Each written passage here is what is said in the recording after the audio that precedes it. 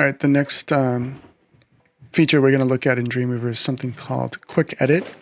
So you have a lot of back and forth work going for you in Dreamweaver. So I'm working here in split view, so I have a preview of what I'm working on. And then down here I have my code view.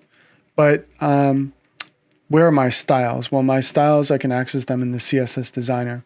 And then in the styles sheet, the style itself, right? So I can look at the styles here. I can modify those. I can make changes. So when I'm working in source code, if I don't want to jump around and go to the style sheet, what I can do is I can click in a place where I have a style. Like for example, this table row has a class of gold. If I click anywhere inside that, let's say that I wanted to update that color or I wanted to change it. So if I hit Command E within that class, you'll see that I get the style drop down, and it tells me that in styles.css on line 87 is the style or the class style for this particular HTML element. And I can go ahead and modify this, update this right here. And then when I'm done, I just hit Command E again, or I hit the X here and remove that.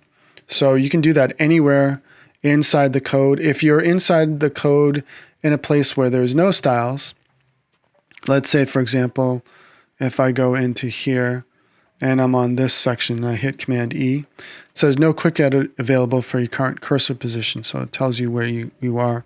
But if I hit inside the strong tag, right, so I can create a new rule if I wanted to for this, and I can just type that out. I don't need to do that for this particular project, but so those are the options for you with Quick Edit. And Quick Edit is Command E. I believe there's probably another shortcut for that somewhere, but you can use Quick Edit right here, Quick Tag Editor.